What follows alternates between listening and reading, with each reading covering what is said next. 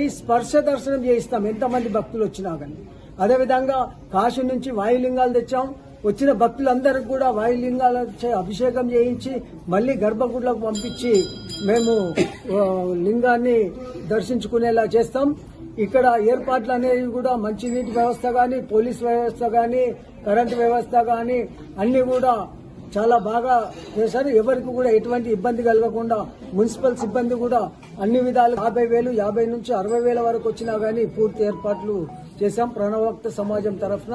ఈ చుట్టుపక్కల ప్రాంతాలే కాకుండా హైదరాబాద్ నుంచి రంగారెడ్డి, మహబూబ్ నగర్, మిగతా ప్రాంతాల నుంచి కూడా భక్తులు ప్రతి సంవత్సరం కూడా వచ్చి ఈ శివాలయానికి దర్శించుకుంటారు.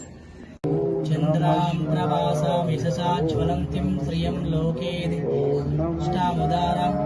తాం పద్మేం శనోస్తి.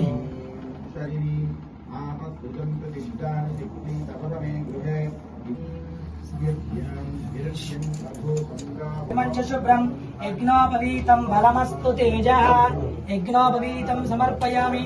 ఉమామయేశ్వర అదినో దేవ సోమః వస్త్రయుగ్మాం సమర్పయామి. ఉమామయేశ్వర స్వః. ఓం అభివస్త్రాః సువాసనాః నశవితేన సుదిగా పూజమానాః అభిచందవర్తవరణ్య విశ్వ నదినో దేవ శివార్పణం. కోటి సహస్రేషు అశ్వమేధ శతాని చ ఈశానం. గంధం